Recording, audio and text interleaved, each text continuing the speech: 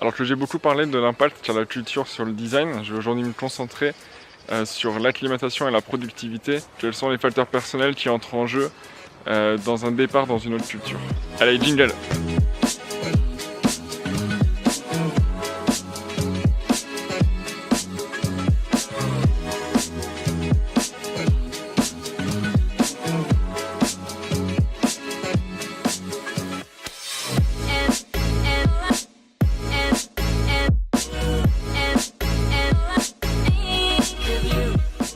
La première chose a été le déménagement. Alors là où mon expérience n'a rien à voir avec un digital nomade, c'est que je ne suis pas nomade.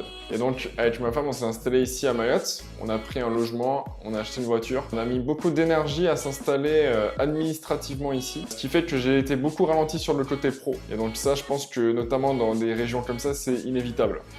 La deuxième chose, ça a été les conditions climatiques. Alors c'est vrai que pour un Français métropolitain qui a grandi, vécu en France toute sa vie, arriver dans une région avec un climat tropical n'a pas été de tout repos. Ici, la température minimale est d'environ 25 degrés. Alors bien sûr, il y a un remède miracle, la clim.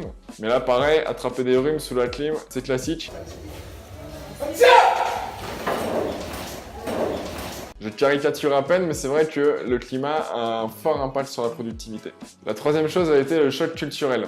Dans ma seconde vidéo, je vous ai parlé du choc culturel graphique, et c'est un élément aussi à prendre en considération en termes de productivité, puisque ça peut ralentir de ne pas connaître la culture et donc les codes présents dans une région. Mais le choc culturel, d'un point de vue personnel, a aussi été quelque chose à appréhender. C'est vrai qu'il y a des hauts, des bas, on a des fois du mal à s'adapter, et du coup ça a aussi un impact émotionnel sur le travail. Par contre, sortir de ce qu'on a toujours connu a aussi eu un effet fort sur la créativité.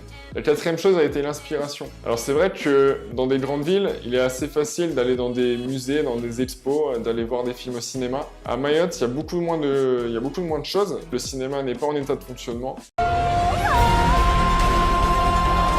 Donc c'est beaucoup plus compliqué de trouver son inspiration dans des lieux, si ce n'est la plage. Alors on est obligé de retourner aux livres, aux magazines, et bien sûr Internet facilite les choses.